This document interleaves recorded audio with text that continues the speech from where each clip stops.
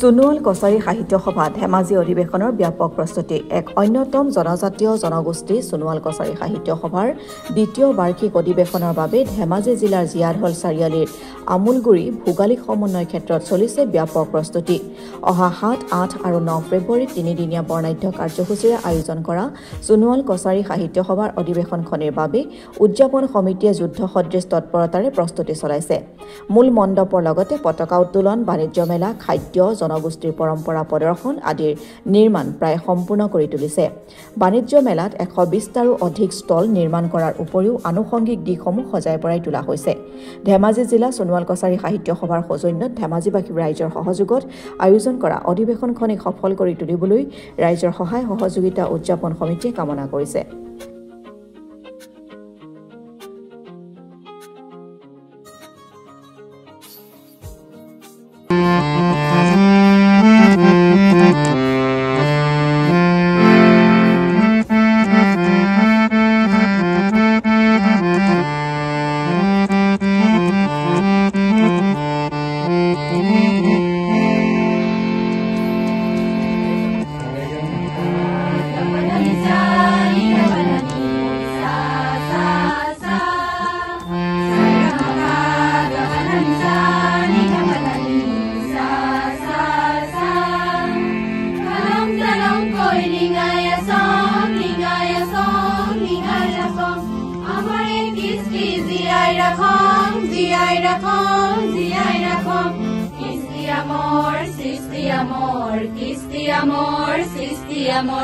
সোণোৱাল কছাৰী আমি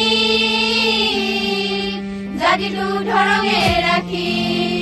সোণোৱাল কছাৰী আমি জাতিটো ধৰণে ৰাখি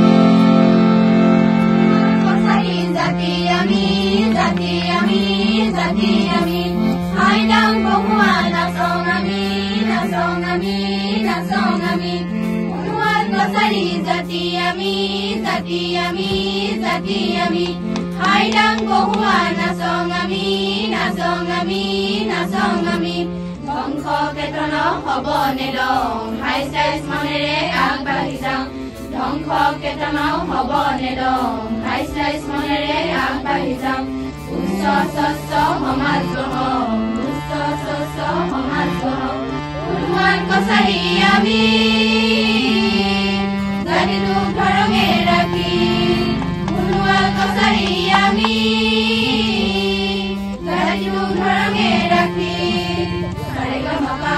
গাপাদানিসা নিগাপাদানি সা সা সা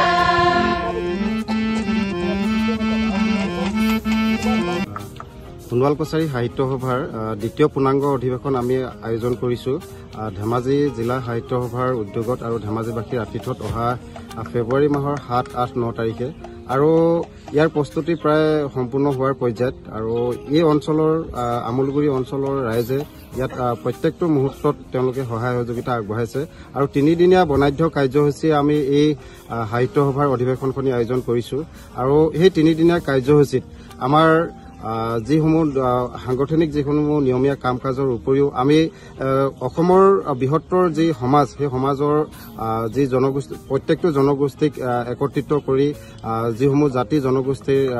সাহিত্য সভাৰ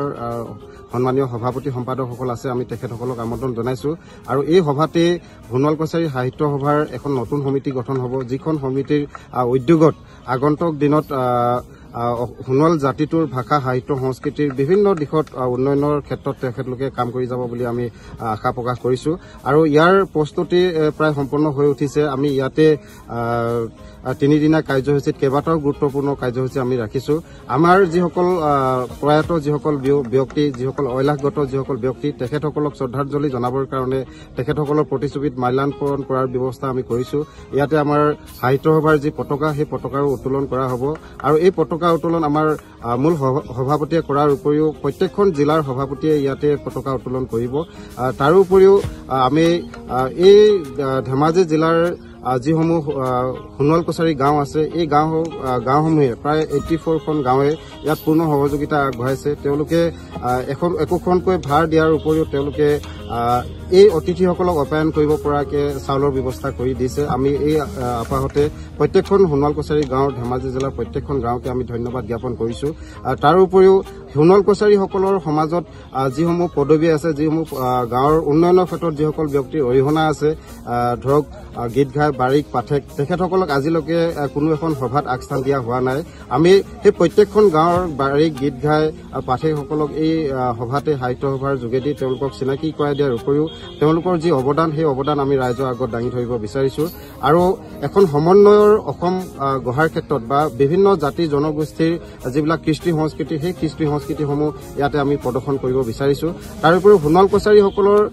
ভাষা সাহিত্য সংস্কৃতি এই সংস্কৃতিৰ ইয়াত যাতে প্ৰতিফলিত হয় তাৰ কাৰণে আমি বিভিন্ন ধৰণৰ পদক্ষেপ আমি হাতত লৈছোঁ আৰু এটা শোভাযাত্ৰাও ৰাখিছোঁ য'ত নেকি আমাৰ সোণোৱাল কছাৰীসকলৰ প্ৰত্যেকটো কৃষ্টি সংস্কৃতি ইয়াত প্ৰদৰ্শন কৰা হ'ব তাৰোপৰিও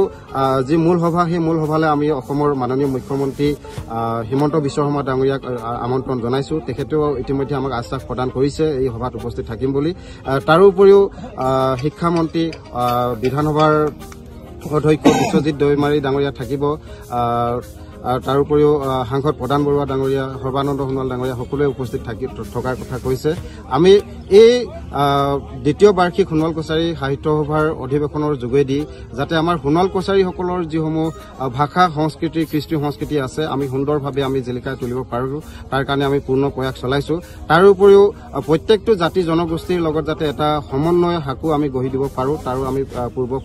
পূৰ্ণ প্ৰয়াস চলাইছোঁ যি কাৰণে আমি প্ৰত্যেকটো জাতি জনগোষ্ঠীৰ ব্যক্তিকে এই সভালৈ আমি আমন্ত্ৰণ জনাইছোঁ আৰু সেই ব্যক্তিসকলৰ পৰামৰ্শ লৈয়ে ভৱিষ্যতৰ দিনত আমাৰ সোণোৱাল কছাৰী সাহিত্য সভাই জাতিটোৰ উন্নয়নৰ কাৰণে কাম কৰি যাব বুলি আমি আশা প্ৰকাশ কৰিছোঁ তাৰোপৰিও এই সভাতে অধিৱেশনতে আমি প্ৰায় 200খনৰো অধিক বিপণীয়ে অংশগ্ৰহণ কৰিব য'ত নেকি আমাৰ গ্ৰন্থ বিপণী ব্যৱস্থা কৰিছোঁ তাৰোপৰি আমাৰ জনগোষ্ঠীয় যিবিলাক সাজপাৰ আছে সেই সাজপাৰ উপলব্ধ হ'ব বিশেষকৈ পোনপ্ৰথমবাৰৰ বাবে সাহিত্য সভাৰ উদ্যোগত যি আমাৰ জনগোষ্ঠীয় আমাৰ সোণোৱাল কছাৰীসকলৰ যি পৰম্পৰাগত সাজপাৰ সেই সাজপাৰো এই অধিৱেশনতে উপলব্ধ হ'ব আমি সকলো ৰাইজৰ সহায় সহযোগিতা দিহা পৰামৰ্শ কামনা কৰিছোঁ এই অনুষ্ঠানটো সফল কৰাৰ ক্ষেত্ৰত সকলোৱে যাতে সহায় সহযোগিতা আগবঢ়ায় ইয়াতে 7, 8, 9 আমি তিনিদিনীয়া যি সোণোৱাল কছাৰী সাহিত্য সভা সেই সাহিত্য সভাত আমাৰ 25খনৰ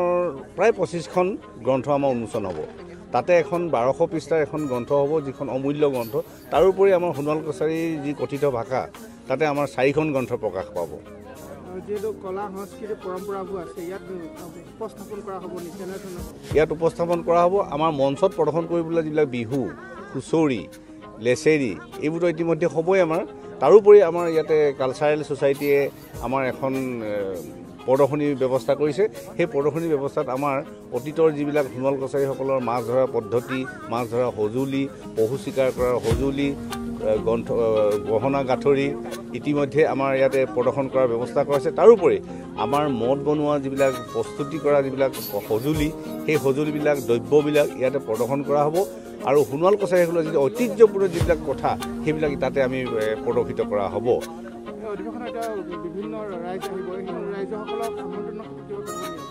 আমি সকলোকে আমন্ত্ৰণ কৰিছোঁ আমি চিঠি পত্ৰ দিছোঁ তেওঁলোকে সন্মতি জনাইছে আমি এই সংক্ৰান্তত আমি সকলো ৰাইজকে ইয়াত অংশগ্ৰহণ কৰিব বুলি আমি আশা কৰি আছোঁ গতিকে আমি ভাবিছোঁ যে ইয়াত যথেষ্ট পৰিমাণৰ আমাৰ অতিথি আহিব তেওঁলোকে অন্যান্য জনগোষ্ঠীৰ লোকো আছে যেনেকৈ আমাৰ সোণোৱাল কছাৰী সাহিত্য সভাৰ আমাৰ মঞ্চত জনগোষ্ঠীয় সাহিত্য সভাৰ বিষয়ে আলোচনা কৰা হ'ব গতিকে তাত এটা সংবিধান সূত্ৰ ওলাব যে সোণোৱাল কছাৰীসকলে বৃহত্তৰ অসমীয়া সমাজ গঠনত কেনেধৰণৰ ভূমিকা গ্ৰহণ কৰিছে এইটো এটা আমি তাৎপৰ্যপূৰ্ণ দিশ হ'ব বুলি আমি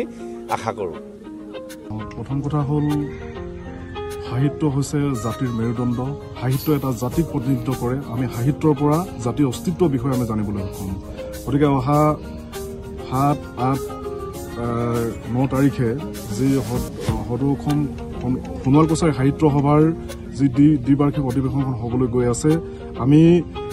জাতি বৰ্ণ নিৰ্বিশেষে আমি সকলোকে এই 3 দিনীয়া কাৰ্যসূচীত আমি উপস্থিত থাকিবৰ কাৰণে আমি সাদৰে নিমন্ত্ৰণ জনাইছোঁ আমি সমগ্ৰ অসমবাসীক এই সাহিত্য সভাৰ সোণোৱাল কছাৰী সাহিত্য সভাত আমি আমন্ত্ৰণ জনাইছোঁ লগতে ধেমাজিবাসীৰ সমূহ ৰাইজক আমি প্ৰতিটো দিনৰ কাৰ্যসূচীত তেখেতলোকক আমি উপস্থিতিত থকাটো আমি কামনা কৰিছোঁ ব্যুৰ' ৰিপৰ্ট অসম টুডে